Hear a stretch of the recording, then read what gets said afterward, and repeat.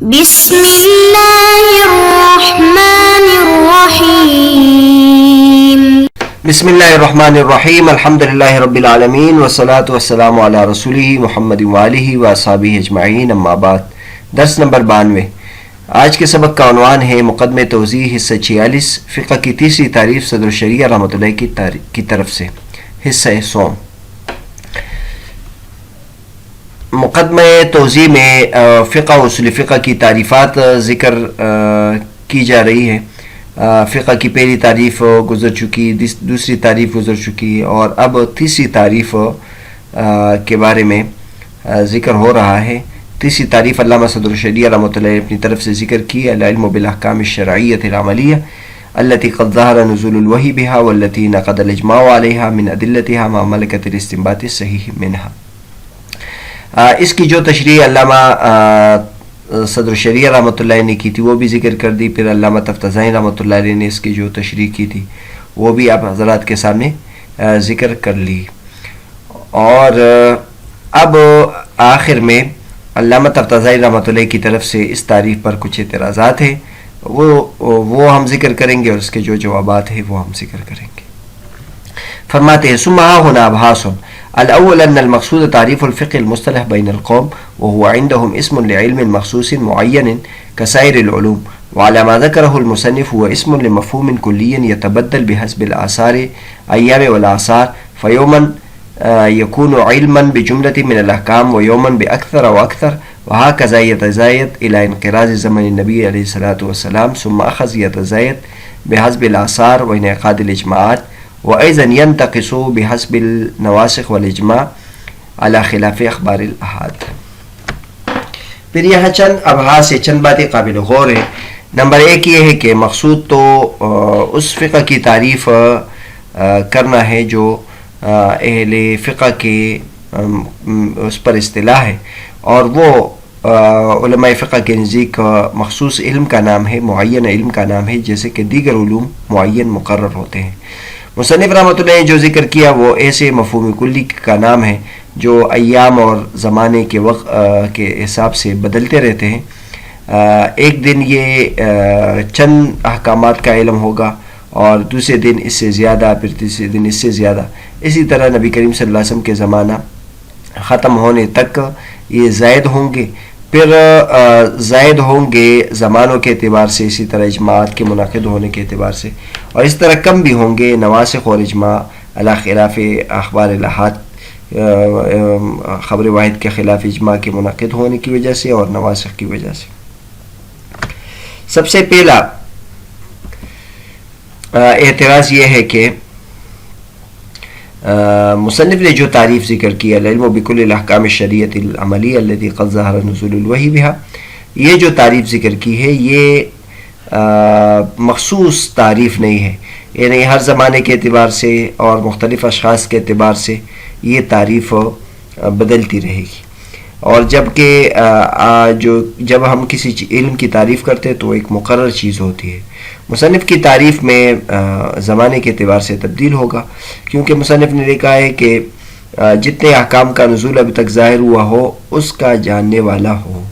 تو صحابہ کرام کے زمانے میں پہلے زمانے میں 5 احکامات نازل ہوئے تھے، پھر 10 ہوئے تھے، پھر 100 ہوئے تھے، پھر 1000 ہوئے تھے. تو ایک شخص اس 1000 مسائل کا عالم ہے، 7 ملک استنباط سے بھی صحیح ہے، وہ فقیہ تھا. اور دوسرے کے اعتبار سے پھر 1500 اس کے لیے لازمی ہے، تیسرے کے اعتبار سے 2000 لازمی ہے. جتنا زمانہ آگے جائے گا اس کے لیے مسائل کا جاننا ضروری ہوگا، اور اسی طرح بعض کے اعتبار سے کم بھی ہوگا، کیونکہ بہت سارے احکامات منسوخ ہوتے ہیں اور اجماع منعقد ہوتا ہے. تو بہرحال مصنف نے جو تعریف ذکر کی ہے وہ مخصوص نہیں ہے، بلکہ وہ زمانے کے اعتبار سے اور اوقات کے اعتبار سے تبدیل ہوتا رہتا ہے. اور ایسا نہیں ہونا چاہیے. تعریفات کے لیے ایک مقرر چیز ہونی چاہیے جو تمام زمانے میں ہر اس کے اعتبار سے وہ تبدیل نہ ہو. یہ تفتزانی رحمۃ اللہ نے پہلے اعتراض کیا ہے، لیکن اس کا جواب یہ ہے کہ جب فقہ ہے ایسی چیز، یعنی وہ اس کے مسائل بڑھتے جاتے ہیں، اور نہ صرف فقہ بلکہ تمام علوم کے مسائل بڑھتے جاتے ہیں، تو مسائل کے بڑھنے کی وجہ سے اس پر کوئی فرق نہیں پڑتا، اور اس کی جب مسائل جیسے بڑھیں گے تو تعریف بھی اس کے مطابق ہونی چاہیے. تو لہٰذا تو فقہ مخصوص چیز کا تو نام نہیں ہے. فقہ قیامت تک اس کے مسائل بڑھتے جائیں گے، نئے نئے مسائل پیدا ہوں گے اور پیچیدہ احکامات پیدا ہوں گے. تو جب فقہ جس چیز کا نام ہے اس میں بڑھوتری ہوتی ہے اور اس میں یعنی اضافہ ہوتا ہے، تو اس کی تعریف میں بھی ایسا ہونا چاہیے کہ اس میں لچک ہو اور ہر زمانے کے لوگ اس میں شامل ہوں. یعنی بظاہر تو تفتازانی رحمۃ اللہ جس چیز کو قابل اشکال قرار دے رہے ہیں وہ اس تعریف کے لیے قابل تعریف بات ہونی چاہیے کہ چونکہ فقہ میں مجتہدین کے اعتبار سے مسائل وہ مختلف ہوتے رہتے ہیں اور زمانے کے اعتبار سے مسائل مختلف ہوتے رہتے ہیں، تو تعریف بھی ایسی ہونی چاہیے کہ وہ ہر زمانے کے فقیہ کو شامل ہو. تو بہرحال مصنف کی جو تعریف ہے وہ ہر زمانے کے فقیہ کو شامل ہے. دوسرا اعتراض فرماتے ہیں علامہ تفتازانی رحمۃ اللہ ثانی ان التعریف لا يصدق على فقه الصحابہ فی زمن النبی علیہ الصلوۃ والسلام لعدم الاجماع فی زمانه وكأنه أراد أنه العلم بما ظهر نزول الوحي به فقط إن لم يكن إجماعا وبه وبما قد عليه الإجماع إن كان ومثله في التعريفات بعيد. دوسری بات یہ ہے کہ یہ جو تعریف ہے یہ صحابہ کرام نبی کریم صلی اللہ علیہ وسلم کے زمانے میں جو صحابہ کرام فقیہ تھے اس پر صادق نہیں آ رہا ہے، کیونکہ اس زمانے میں اجماع نہیں تھا. تو گویا مصنف کی تعریف اس طرح ہو جائے گی کہ جس زمانے میں اجماع تھا اس زمانے میں اجماع بھی ہونا ضروری ہے، اور جس زمانے میں اجماع نہیں تھا اس زمانے میں اجماع کا ہونا ضروری ہے نہیں ہے. تو یہ تعریفات میں اگر مگر اور مقید کرنا لازم آ جائے گا، اور تعریفات میں ایسا کرنا بعید ہے. دوسرا اعتراض علامہ تفتازانی رحمۃ اللہ کی طرف سے یہ ہے، اوپر مصنف نے خود بھی اس کا اقرار کیا تھا کہ یہ جو اجماع کی قید ہم نے لگائی ہے اس سے صحابہ کرام کا دور مستثنا ہوگا. صحابہ کرام کے دور میں اجماع نہیں ہے، تو لہٰذا صحابہ کرام کے دور میں صرف ما ظہر نزول الوحی بہا اور ما ملکت استنباط سے یہ دو چیز ہوگی. تو لہٰذا یہ تقسیم ہو گئی، یعنی بعض فقہاء کے لیے آپ نے دو چیزیں شرط لگا لی اور بعض کے لیے تین شرطیں لگا لی. تو یہ بھی علامہ تفتازانی رحمۃ اللہ کی طرف سے اعتراض ہے. لیکن اس کا جواب یہ ہے کہ جب یعنی حقیقت میں اس طرح ہے کہ صحابہ کرام کے زمانے میں اجماعی مسائل کا علم ضروری نہیں ہے اور وہ اجماع ہے بھی نہیں، تو لہٰذا ان کے لیے اس کا جاننا بھی ضروری نہیں. اور جس بات کے زمانے میں جب اجماع وجود میں آ گیا تو اس کا جاننا بھی ضروری ہے. تو یہاں بھی یہ کہا جا سکتا ہے کہ یہ اس تعریف کی خوبی ہے کہ اس میں صحابہ کرام کا زمانہ بھی اس میں آ گیا، کیونکہ خود مصنف نے اس کی تصریح کی ہے کہ انعقد الاجماع جس زمانے میں اجماع ہو اس زمانے میں ان کے لیے اجماع کا ہونا بھی ضروری ہے، اور جس زمانے میں اجماع نہیں ہے اس میں اجماع کا نہ ہونا بھی یعنی اجماع اس کا علم ہونا اس کے لیے ضروری نہیں. تیسرا اعتراض علامہ تفتازانی رحمۃ اللہ یہ بیان فرماتے ہیں انه يلزم ان يكون العلم بالاحکام القیاسیہ خارجا عن الفقه وذلك عندهم معظم مسائل الفقه اللهم الا ان يقال انه فقه بالنسبه الى من ادعى اليه الاجتهاد اذ قد ظهر عليه نزول الوحي به وان يكون الفقه بالنسبه الى كل مجتهد شيء آخر. تیسری بات یہ ہے کہ مصنف نے احکام قیاسیہ کا علم اس کو فقہ سے نکال دیا، حالانکہ جو قیاسی مسائل ہے یہ فقی مسائل کا بڑا ذخیرہ ہے. ہاں مگر یہ کہا جا سکتا ہے کہ یہ جو فقہ ہے یہ اس شخص کے اعتبار سے جس کے اجتہاد ان مسائل کی طرف گیا ہے، کیونکہ ان کے نزدیک ان کے حساب سے ان مسائل پر نزول وحی کا ظہور ہو چکا ہے. اور اگر یہ مان لیں تو پھر اس وقت تو فقہ جو ہے وہ ہر مجتہد کے اعتبار سے ایک اور چیز شمار ہو جائے گی. علامہ تفتازانی رحمۃ اللہ تیسرا اعتراض یہ کر رہے کہ مصنف نے کہا تھا کہ مجتہد کے لیے مسائل قیاسیہ کا جاننا ضروری نہیں ہے. تو علامہ تفتازانی رحمۃ اللہ فرماتے کہ اس حساب سے احکام قیاسیہ کو آپ نے نکال دیا فقہ سے، حالانکہ فقہ کی کتاب میں ہم دیکھتے ہیں تو اس میں احکام قیاسیہ بہت زیادہ بڑا حصہ احکام قیاسیہ کا ہوتا ہے. تو ایک بہت بڑا حصہ جو فقہ کا ہے وہ آپ فقہ سے نکال رہے ہیں.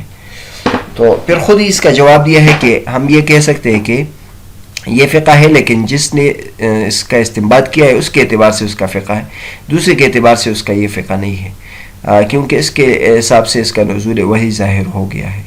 لیکن اگر یہ مان لے تو پھر ہر مجتہد کے اعتبار سے فقہ ایک علیحدہ چیز شمار ہو جائے گی. تو گویا ہر مجتہد کی الگ فقہ ہوگی، ہر مجتہد کی ایک الگ کا اجتہاد ہو.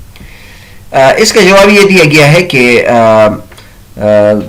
بعد میں لوگوں کے آسانی کے لیے جو اجتہادی مسائل ہیں ان کو بھی فقہ میں داخل کیا گیا ہے، اور اس اعتبار سے پھر ہر فقیہ کا فقہ بھی علیحدہ ہے. یہ بات بھی تسلیم شدہ ہے کہ بعد میں یعنی فقہ کی کتاب میں جو مسائل قیاسی ہے اس کو بھی داخل کیا گیا ہے، اور ہر مجتہد کا جو فقہ ہے وہ بھی مختلف ہے. ہم دیکھتے ہیں فقہ حنفی میں الگ مسائل ہوتے ہیں، فقہ مالکی میں الگ، فقہ شافعی میں الگ، یعنی چند مسائل میں جو اختلافی ہوتے ہیں وہ الگ الگ ہوتے ہیں، اجتہادات الگ الگ ہوتے ہیں.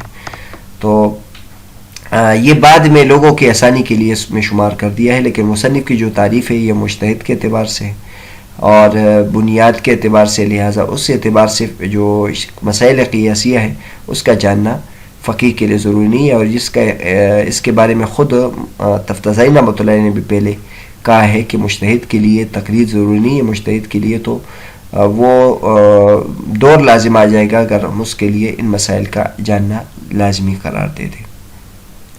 چوتھا اعتراض یہ کر رہے ہیں علامہ تفتزانی رحمۃ اللہ علیہ، الرابع انہ ان اريد بظہور نزول الوحی الظہور فی الجملہ فكثير من فقهاء الصحابة لم يعرفوا كثيرا من الأحكام التي ظهر نزول الوحي بها على بعض الصحابة، كما رجعوا في كثير من الوقائع إلى عائشة رضي الله تعالى عنها ولم يقدح ذلك في فقاهتهم.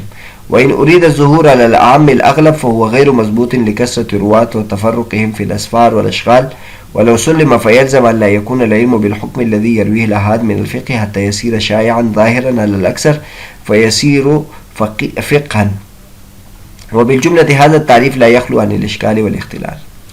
چوتھا اعتراض یہ ہے کہ ظہور نزول وحی سے کیا مراد ہے؟ ظہور فی الجملہ مراد ہے، ظہور فی الجملہ مراد ہے یعنی فی الجملہ اس کا ظاہر ہونا.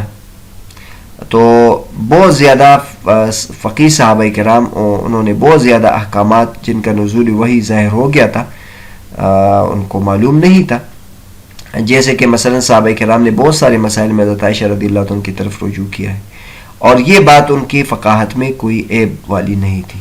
اور اگر ظہور سے مراد عالم الاغلب مراد لے، اکثر لوگوں کے سامنے آ جائے، تو یہ ضبط میں نہیں آ سکتا، کیونکہ صحابہ کرام کے زمانے میں روات کی کثرت تھی، اور پھر وہ صحابہ کرام اسفار اور اشغال میں مختلف کاموں میں متفرق تھے، یعنی اس میں پھیلے ہوئے تھے.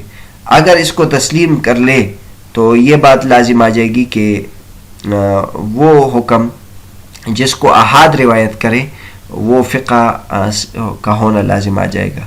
اس وقت تک فقہ نہ ہونا لازم آئے گا جب تک کہ وہ مشہور نہ ہو جائے اکثر لوگوں کے سامنے، پھر فقہ بن جائے گا. بہرحال یہ تعریف اشکال سے اور خلل سے خالی نہیں ہے. چوتھا جو اعتراض ہے علامہ تفتزانی رحمۃ اللہ کی طرف سے وہ یہ ہے کہ آپ نے لفظ استعمال کیا ہے وَالْعِلْمُ بِكُلِّ الْأَحْكَامِ الشَّرْعِيَّةِ الْعَمَلِيَّةِ الَّتِي قَدْ ظَهَرَ نُزُولُ الْوَحْيِ بِهَا، ان مسائل کا جاننا ضروری ہے جن پر نزول وحی کا ظہور ہو گیا ہو. تو ظہور کا کیا مطلب ہے؟ ظہور کا مطلب ہے کہ فی الجملہ ظاہر ہو، یعنی فی الجملہ نبی کریم صلی اللہ علیہ وسلم نے 5-6 صحابہ کرام کے سامنے وہ بات کہہ دی ہو. تو یہ اس کا جاننا اس تمام فقہا کے لیے ضروری ہے.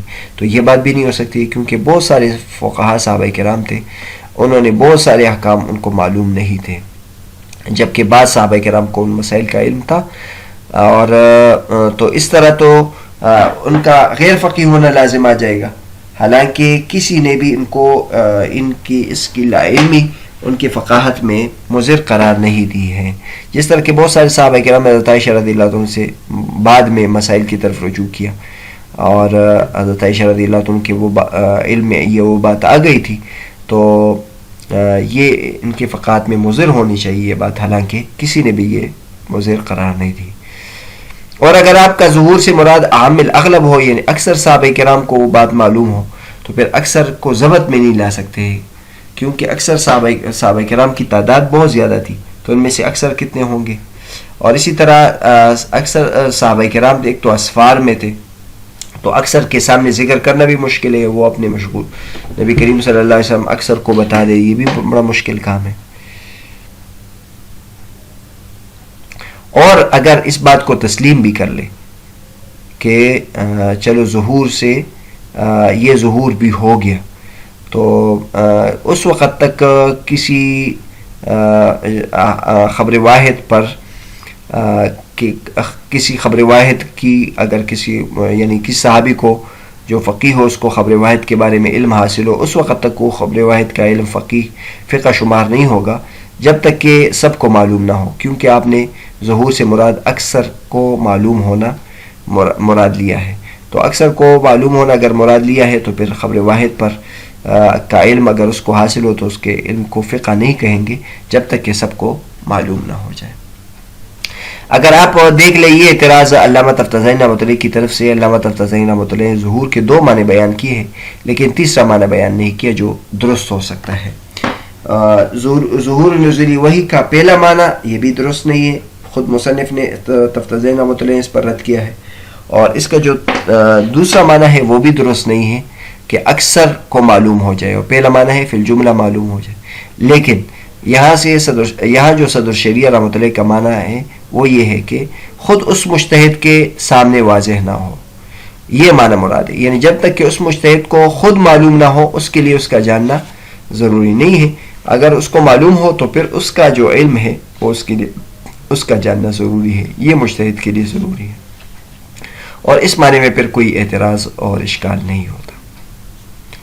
بہرحال آج تک جو فقہ کی تیسری تعریف تھی العلم بکل الاحکام الشرعیۃ العملیہ التي قد ظهر نزول الوحی بها والتي انعقد الاجماع عليها من ادلتها مع ملکۃ الاستنباط الصحیح منها. اس کے بارے میں جو تشریحات تھی وہ گزر چکی. آخر میں جو تفتازانی رحمۃ اللہ نے اعتراضات کیے تھے اس کے جوابات بھی دیے ہیں.